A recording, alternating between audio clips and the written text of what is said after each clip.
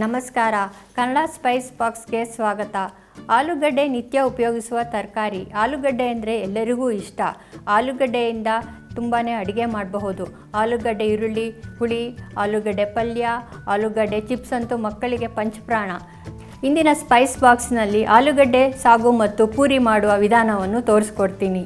ಆಲೂಗಡ್ಡೆ ಸಾಗು ಮತ್ತು ಪೂರಿಗೆ ಬೇಕಾಗಿರುವ ಪದಾರ್ಥಗಳು: ಗೋಧಿ ಹಿಟ್ಟು, ತುಪ್ಪ, ಉಪ್ಪು, ಆಲೂಗಡ್ಡೆ, ಟೊಮೆಟೊ, ಈರುಳ್ಳಿ, ಅರಿಶಿನ, ಸಕ್ಕರೆ, ಕಡಲೆಹಿಟ್ಟು, ಇಂಗು, ಜೀರಿಗೆ, ಸಾಸಿವೆ, ಉದ್ದಿನಬೇಳೆ, ಕಡಲೆಬೇಳೆ, ಹಸಿಮೆಣಸಿನ್ಕಾಯಿ, ಕರಿಬೇವಿನ ಸೊಪ್ಪು, ಕೊತ್ತಂಬರಿ ಸೊಪ್ಪು, ಗೋಡಂಬಿ.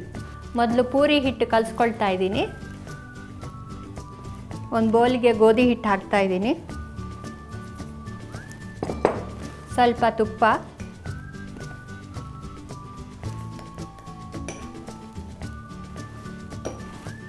ರುಚಿಗೆ ಉಪ್ಪು,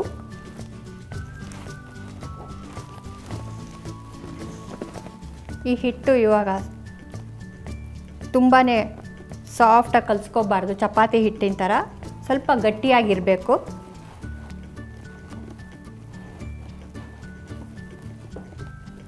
ಪೂರಿ ಹಿಟ್ಟು ಕಲಸಿದ್ದೀನಿ. ಇದು ಸ್ವಲ್ಪ ಹೊತ್ತು ನೆನೀಲಿ, ಮುಚ್ಚಿಟ್ಟಿದ್ದೀನಿ ಇದನ್ನು. ಈಗ ಆಲೂಗಡ್ಡೆನ ಪುಡಿ ಮಾಡ್ಕೊಳ್ತಾ ಇದ್ದೀನಿ.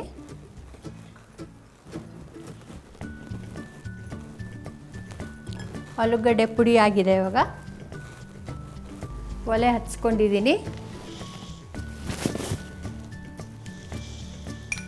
ಈಗ ಸ್ವಲ್ಪ ತುಪ್ಪ ಹಾಕ್ತಾ ಇದ್ದೀನಿ. ನೀವು ಬೇಕಾದರೆ ಎಣ್ಣೆ ಯೂಸ್ ಮಾಡ್ಬೋದು. ತುಪ್ಪ ಕಾಯ್ತಾ ಇದೆ. ಸಾಸಿವೆ ಹಾಕ್ತಾಯಿದ್ದೀನಿ, ಜೀರಿಗೆ, ಸಾಸಿವೆ ಚುಟ್ಕೊಡ್ತಾ ಇದೆ. ಕಡಲೆಬೇಳೆ, ಉದ್ದಿನಬೇಳೆ, ಹಸಿಮೆಣಸಿನ್ಕಾಯಿ,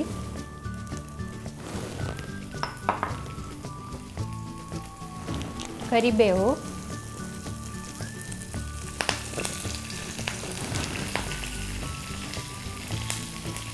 ಸ್ವಲ್ಪ ಇಂಗು, ಅರಿಶಿನ. ಈ ಅರಿಶಿನ ಹಾಕೊಳ್ಳೋದ್ರಿಂದ ಸಾಗು ಹಳದಿ ಹಸಿರು ಕಲರ್ ಬರುತ್ತೆ. ಸ್ವಲ್ಪ ಹುರಿರಿ.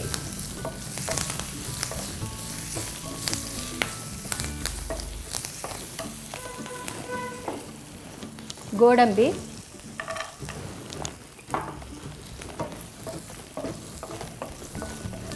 ಸ್ವಲ್ಪ ಕೆಂಪಾಗಲಿ ಗೋಡಂಬಿ.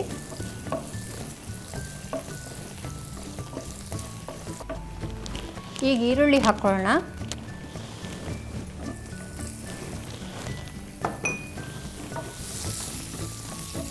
ಈರುಳ್ಳಿಯ ಹಸಿ ವಾಸನೆ ಹೋಗಬೇಕು.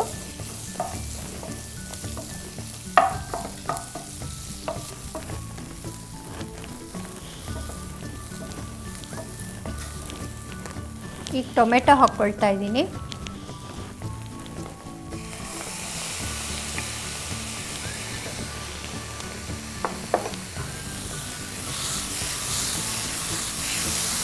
ಟೊಮೆಟೊನೂ ಹೀಗೆ ಹುರಿರಿ, ಸ್ವಲ್ಪ ಬೇಯುತ್ತೆ.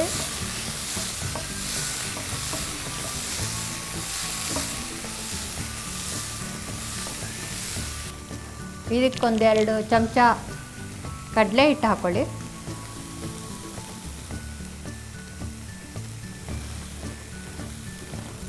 ಕಡಲೆ ಹಿಟ್ಟು ಯಾಕೆ ಹಾಕ್ಕೊಳ್ತೀವಿ ಅಂದರೆ ಇದು ಸ್ವಲ್ಪ ನೀರಾಗಲಿ ಅಂತ.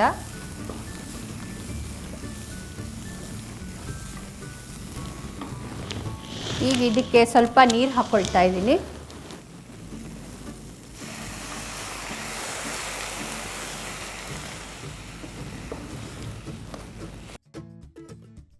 ಕಡಲೆ ಹಿಟ್ಟು ಹಾಕೋದ್ರಿಂದ ಸ್ವಲ್ಪ ಗಟ್ಟಿ ಬರುತ್ತೆ.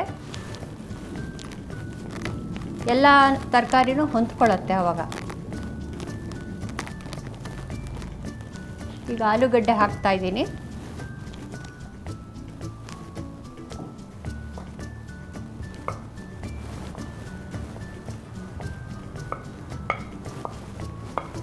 ಸ್ವಲ್ಪ ಉಪ್ಪು,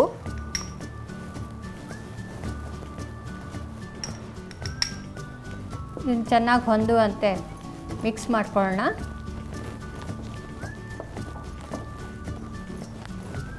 ನೋಡಿ ಈಗಾಗಲೇ ಗಟ್ಟಿ ಆಗ್ತಾ ಇದೆ. ತುಂಬಾ ಗಟ್ಟಿಯಾಗಿ ಆಗಬಾರ್ದು, ತುಂಬ ನೀರಾಗೂ ಇರಬಾರ್ದು.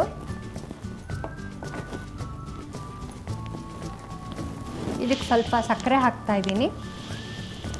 ಸಕ್ಕರೆ ನಿಮಗೆ ಬೇಕಾದರೆ ಹಾಕ್ಕೊಳ್ಳಿ, ಇಲ್ಲ ರುಚಿಗೆ ಇಷ್ಟ ಆದವ್ರು ಹಾಕ್ಕೋಬೋದು.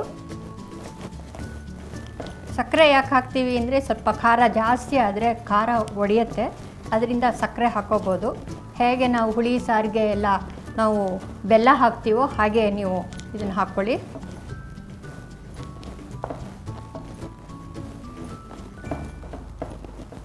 ಈಗ ಇದು ಸಾಗು ಆಗಿದೆ. ಈಗ ಎಣ್ಣೆ ಬಿಸಿ ಮಾಡ್ಕೊಳ್ತಾ ಇದ್ದೀನಿ. ಪೂರಿ ಮಾಡೋ ಅಷ್ಟೊತ್ತಿಗೆ ಎಣ್ಣೆ ಕಾದಿರುತ್ತೆ. ಈಗ ಪೂರಿ ಮಾಡ್ಕೊಳ್ಳೋಣ. ಸ್ವಲ್ಪ ಎಣ್ಣೆ ಇದ್ರ ಮೇಲೆ ಸವರಿ ಲಟ್ಟಿಸ್ಕೊಳ್ಳಿ. ಕೆಲವರು ಗೋಧಿ ಹಿಟ್ಟು ಹಾಕ್ಕೊಂಡು ಲಟ್ಟಿಸ್ತಾರೆ, ಆದರೆ ಗೋಧಿ ಹಿಟ್ಟು ಹಾಕಿ ನೀವು ಪೂರಿ ಮಾಡಿದರೆ ಎಣ್ಣೆ ಎಲ್ಲ ಗೋಧಿ ಹಿಟ್ಟು ಆಗೋಗುತ್ತೆ, ಅದರಿಂದ ಎಣ್ಣೆನೂ ಗಲೀಜಾಗೋಗುತ್ತೆ. ನೀವು ಮತ್ತೆ ಮತ್ತೆ ಅದನ್ನು ಉಪಯೋಗಿಸೋಕ್ಕೆ ಆಗೋದೇ ಇಲ್ಲ. ಅದನ್ನು ನೀವು ಎಣ್ಣೆ ಸವರ್ಕೊಂಡು ಮಾಡಿದ್ರೆ ಕ್ಲೀನಾಗಿರುತ್ತೆ ಎಣ್ಣೆ.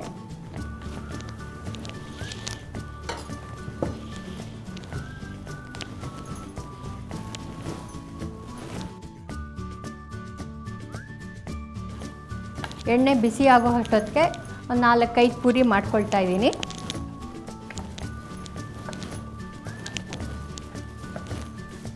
ಈಗ ಎಣ್ಣೆ ಕಾದಿದೆ, ಪೂರಿ ಹಾಕ್ತಾ ಇದ್ದೀನಿ.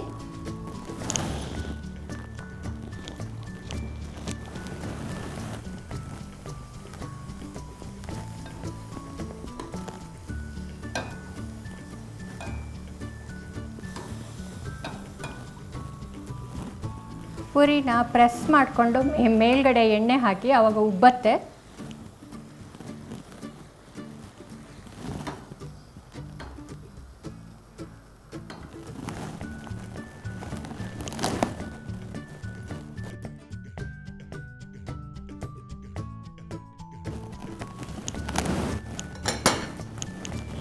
ಹೀಗೆ ಮಿಕ್ಕಿರೋ ಹಿಟ್ಟಲ್ಲಿ ಇದೇ ರೀತಿ ಪೂರಿಗಳನ್ನ ಮಾಡ್ಕೊಳ್ಳಿ.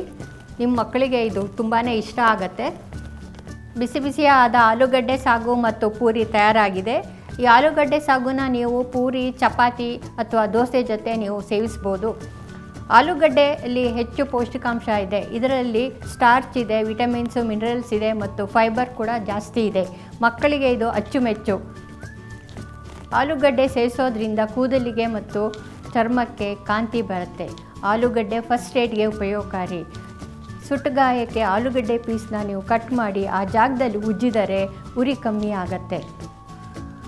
ಗ್ಯಾಸ್ಟ್ರಿಕ್ ಮತ್ತು ಕೀಲು ನೋವು ಇರೋರು ಆದಷ್ಟು ಆಲೂಗಡ್ಡೆಯನ್ನು ಸೇವಿಸಬಾರ್ದು. ಆದ್ದರಿಂದ ನೀವು ಆಲೂಗಡ್ಡೆನ ಯಾವಾಗಲಾದರೂ ಮಾಡ್ಕೊಂಡು ತಿನ್ಬೋದು, ಆದರೆ ಆರೋಗ್ಯದ ಕಡೆ ಗಮನವೂ ಕೊಡಬೇಕಾಗತ್ತೆ.